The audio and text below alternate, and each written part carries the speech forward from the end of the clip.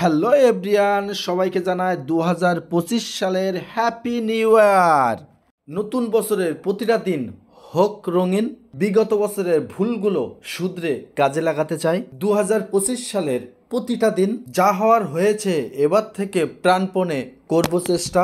মেধা পরিশ্রম সময়কে কাজে লেগেই সুন্দর করব শেষটা। 24-এ যা পারিনি 25-এ করতে চাই অর্জন। নিজের কানে শুনতে চাই নিজের সফলতার গর্জন। মালয়েশিয়া পেট্রোনাস টুইন টাওয়ার KLCCর সামনে থেকে সবাইকে জানাচ্ছি 2025 সালের হ্যাপি নিউ ইয়ার।